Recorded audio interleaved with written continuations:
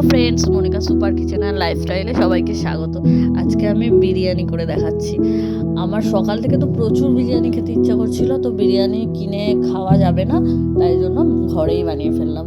তো দেখতেই পাচ্ছ, এখানে মাংসটাকে আমি ম্যারিনেট করে নিয়েছি। পেঁয়াজ বাটা, আদা রসুন বাটা, নুন, লঙ্কার গুঁড়ো, বিরিয়ানি মশলা, টক দই আর একটু তেল, নুন এইসব দিয়ে ম্যারিনেট করে রেখে দিয়েছিলাম 1 ঘন্টা মতো। তো চলো পরেরটা দেখাই। তো এখানে আমি এইদিকে পেঁয়াজটা কেটে নিয়েছি বেরেস্তা করবো বলে, আর এই টুকরো পেঁয়াজটা আমি মাংসে দেবো। আর এখানে ভাত বসিয়েই দিয়েছি, গোটা গরম মশলা, নুন আর সাদা তেল দিয়ে ভাতটা আমি করে নেবো। তো এখানে আমার ভাতটা 90% হয়েই গেছে, আর 10% ওই ভাপে হলেই হয়ে যাবে। তো বেশি ঝামেলা করিনি আজকে বিরিয়ানির জন্য, খুব তাড়াতাড়ি করেছি।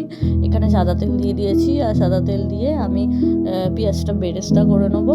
খুব অল্পই দিয়েছি। এখানে আমি মোটামুটি 500 গ্রাম চালের বিরিয়ানি করেছিলাম রাতে খাওয়ার জন্য, তো বেশি লাগেনি।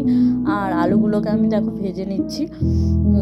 আর এখানে মানে যেখানে আমি ভাপে বসাবো যে জায়গাটার মধ্যে, ওখানে একটু একটু করে ভাতগুলো মানে ভাত আর যেভাবে লেয়ার করো ওইভাবে লেয়ার করছিলাম। আর এদিকে মাংসটা তো আমার কিছুটা হয়েই এসেছিলো, দেখতেই পাচ্ছ আস্তে আস্তে তেল ছাড়ছে। এখানে 700 গ্রাম মতো চিকেন নিয়েছিলাম, ওই বড় বড় পিস করেছিলাম, যেমন বিরিয়ানির পিস হয় তোমরা তো জানোই। আর একটা চিকেন বিরিয়ানি ছিল। এই দেখো মোটামুটি কমপ্লিট। আর এর মধ্যে আমি চিকেনটার মধ্যে কিন্তু আলুটাও দিয়ে দিয়েছিলাম, যাতে আলুটা ভালোভাবে একটু সিদ্ধ হয়ে যায়।